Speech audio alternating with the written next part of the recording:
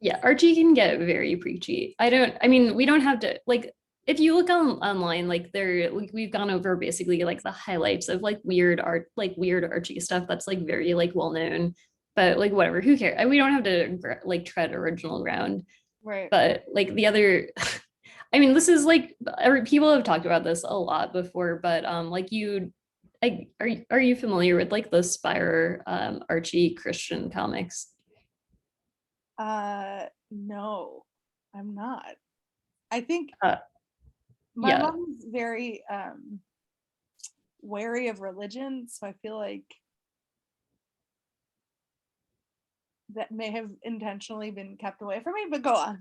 So what Oh are no, the I mean they weren't like I mean they wouldn't you would have like they wouldn't have like been in your like digest like like they weren't like reprinted really. okay. But in the 70s, Archie licensed their characters to this like really religious guy.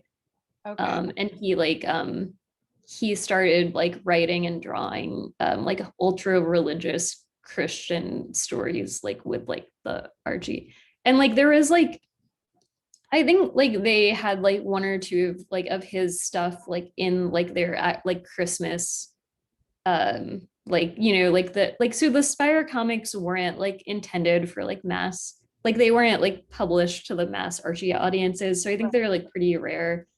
But like I do have like one or two of like the stories from like their Christmas editions, and they're just like really weird. Like there was one where like that I read as a kid where like they end up in a manger, like it's Christmas and like they're going out to cut down their own tree, and they get snowed in and they have to take refuge in a manger, and all of the other kids are like, wow, this really blows. And then Betty is like giving these really religious stuff like, oh, don't you know that the first Christmas was spent in a manger? And Wow. I have when I'm back in New York, I have to come see this. But yeah, wow. I'll give you a link to. There was like also in one of them she like she's giving Jughead a lesson about like lust and like Oh, whatever. And he's saying that he like loves like food, and Betty is like, no, you don't really love food, because when you eat an orange you just consume it, and like you can't keep it. And I think like that's supposed to be a thing for like a metaphor for sex. yeah, right. Like the bubblegum thing that they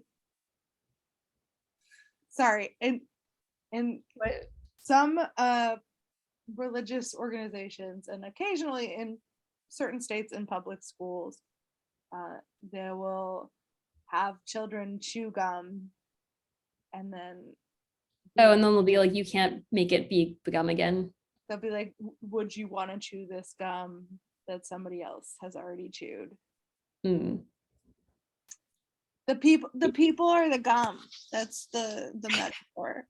People are the gum, and when you have sex with them, you chew them, and they lose all value. And Cool. yeah, it's great. Uh, Well, that's a bad metaphor, because you know what else is true about gum? You can chew on it forever and it will never lose elasticity or in fact, gum does lose elasticity when you stop chewing it. It becomes a hard rock, but if you continually chew it, it'll never it'll never lose that's its. you get like, but ma'am, if I just keep chewing the gum, it'll be fine. Yeah, yeah, exactly. Also, saliva isn't as unclean as like many people think it is. Yeah. Anyway, should we wrap up the